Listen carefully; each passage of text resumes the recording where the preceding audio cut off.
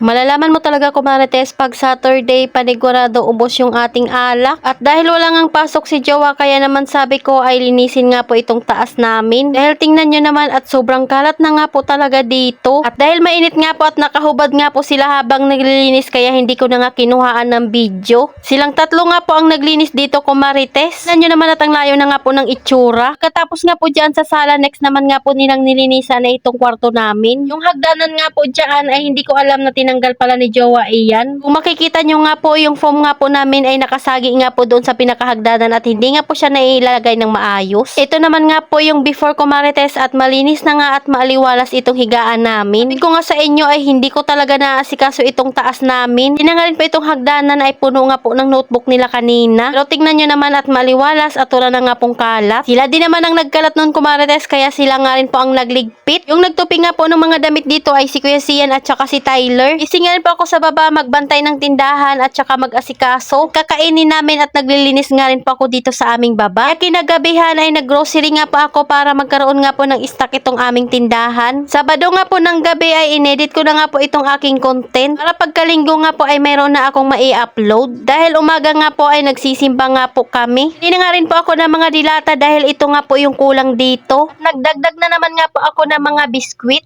Kung makikita nyo nga dyan kumarites, puno pa nga po talaga yung stock ng aming alak. Pero hindi ko nga po ini-expect na mauubos nga po iyan. Hindi naman ako nagre-restock nga kumarites kaya kaunti na nga lang po yung aking mga binibili. Kahit papaano nga po yung ating Gcash ay kumikita nga rin po iyon araw-araw. Kahit sa palima-lima at pasampu-sampo. Tinanggal ko na nga muna yung mga dilata dito at nilagay ko nga muna sa lamesa dahil lalagyan ko nga po isa-isa yan ng price. Kasi talaga sila nalilito kumarites. Pero yung ibang paninda dyan ay hindi ko na nga po nilalagyan. After natin mag-grocery ay kailangan pa nga natin iayos itong ating paninda tapos magrereklamo lang sila ng mahal. Abay kung gusto nila makatipid pwede naman silang pumunta ng grocery. Dahil wala naman nga po tayong karapatan para pigilan nga silang bumili kung saan nila gustong bumili. Maliban na lang doon sa umuutang sa ating char. Syempre kung saan kayo umuutang ay doon kayo bumili para makaulit pa. Hirap naman kung takbuhan nyo lang kami pag wala nga kayong budget. Dito ko na nga sabay takip nilalagay yung price kumarites. Abay kahit may presyo na yan, nagtatanong pa rin talaga sila. Para pag ibigay nga po nila sa customer ay makikita nga po agad yung presyo. Siyempre check natin kung may nagtaas o wala. Ito pa nga ako dyan sa Flix and Oil kung bakit magkaiba ng presyo. Pala yung isa kong nakuha ay maliit. Pala ko kasi ay parehas nga po sila ng grams. Medyo marami nga po yung ating customer dyan dahil yung 15 peraso nga po na gin ay 3 na lang talaga yung natira. Meron pa nga pong 10